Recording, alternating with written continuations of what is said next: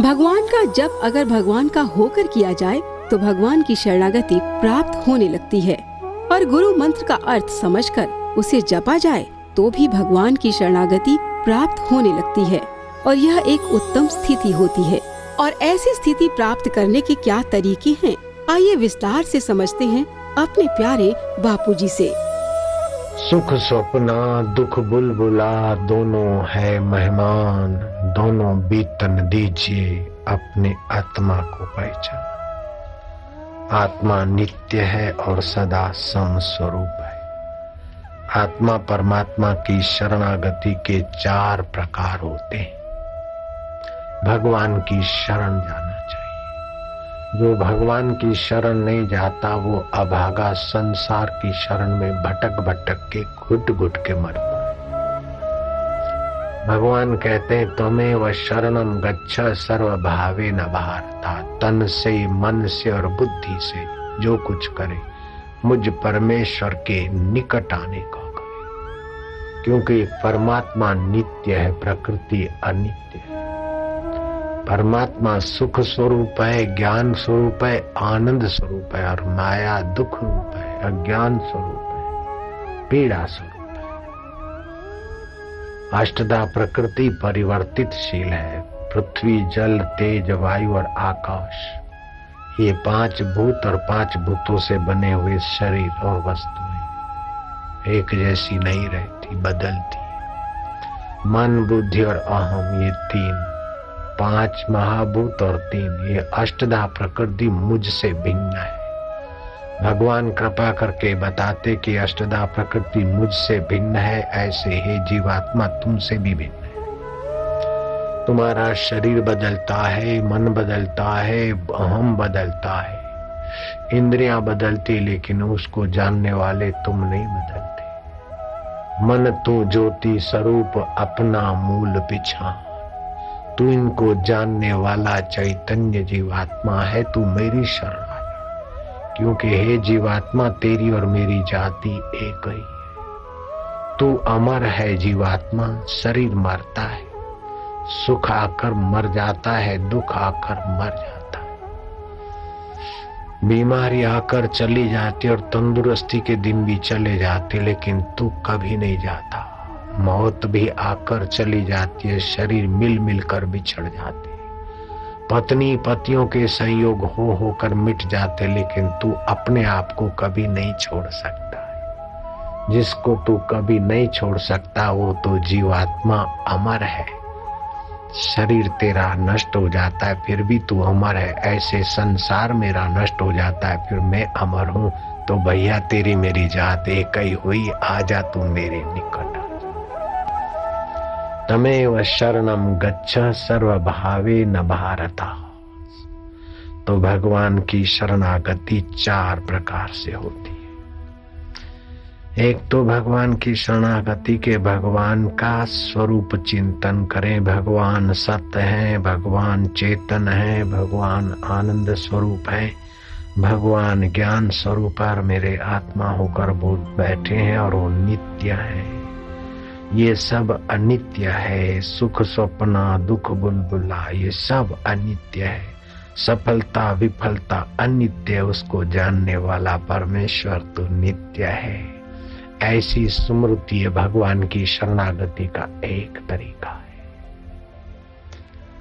दूसरा तरीका है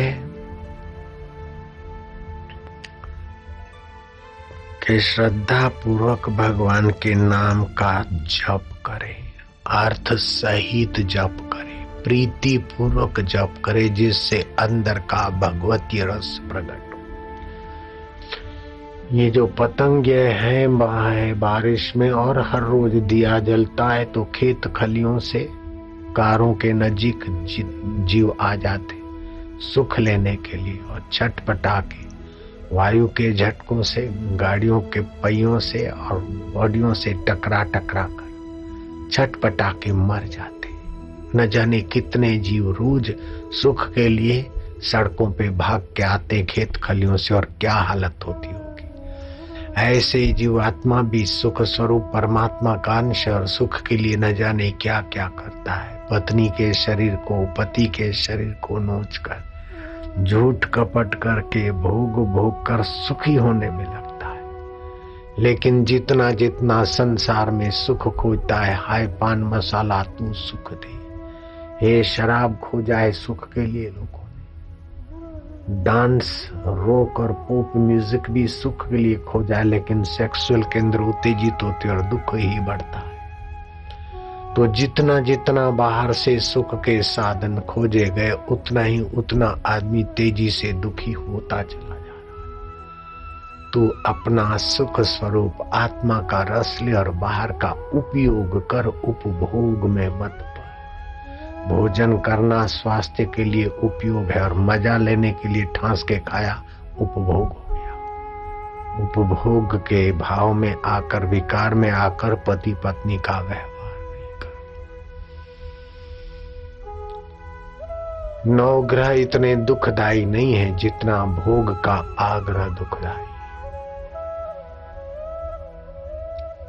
तो दूसरा प्रकार है भगवत प्राप्ति का, शरणागति का, कि भगवान के नाम का मधुर गुरु मंत्र मिले तो उसका अर्थ समझकर प्रीति पूर्वक जप करे, और जप हो जाए तो शांत बैठे।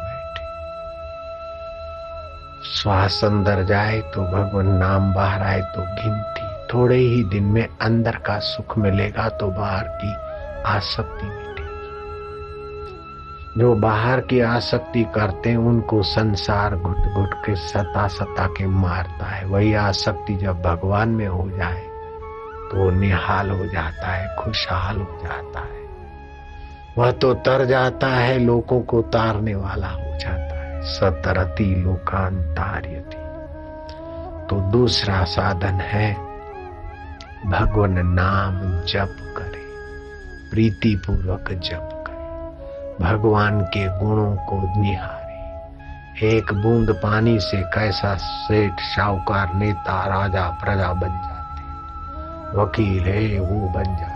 न जाने कितने रोज बनते और रोज कितने मिटते, फिर भी तेरी उस पिटारी से कभी कुछ खुटता ही नहीं। वाह प्रभु तेरी माया लीला परंपार।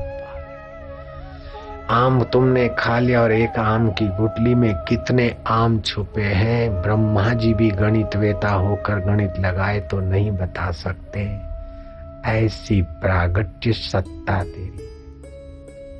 एक आम में कितने आम छुपे हैं, दुनिया के सब गणित वेता मिलकर आंकड़ा नहीं बता सकते। हे सर्जनहार तेरी लीला अपरंपार है। धरती पर इतने मनुष्य नहीं होंगे जितने हमारे शरीर में बैक्टीरिया जी रहे। क्या तेरी लीला। और एक एक बैक्टीरिया का अपना जीना, खाना और मरना। जैसे धरती के मनुष्यों से भी ज्यादा जीव हमारे एक व्यक्ति के शरीर में, हम उसके लिए ब्रह्मा जी हो गए। ऐसे ब्रह्मदेव की नजरिया में, हे परमात्मा तुम्हारी नजरिया में हम तेरे बैक्टीरिया जैसे भी नहीं। लेकिन अब वो सारे बैक्टीरिया और जीव मिलकर मैं ही हूँ। ऐसे ही ये सब मनुष्य मिलकर भगवत स्वरूप ही तो है। हम सभी भगवान में ही जी रहे हैं, भगवान में ही लौटपूत हो रहे हैं, भगवान में ही पैदा हो रहे हैं, भगवान में खेल रहे, भगवान में लीन होंगे और भगवान हमारे आत्मदेव कर बैठे। इस प्रकार का चिंतन ये दूसरे प्रकार की शरणागति। वासुदेव सर्वमिति स महात्मा सुदुर्लभ। सब जग मेरा साइया, सब घट मेरा साइया, खाली घट ना कोई, बलिहारी वो घट की जा घट प्रगट हुई। कबीरा कुआ एक है पनियारी, अनेक न्यारे न्यारे बर्तनों में पानी एक का एक। कहीं मैया बना है तो कहीं बेटी बना है, कहीं पुत्र बना है तो कहीं पति बना है, कहीं मित्र बना है तो कहीं शत्रु के खेल देखा रहा है। हिरण में भय की वृत्ति पैदा करने वाला तू और शेर के अंदर गर्जना करने वाला तू, तेरी लीला अपरंपार।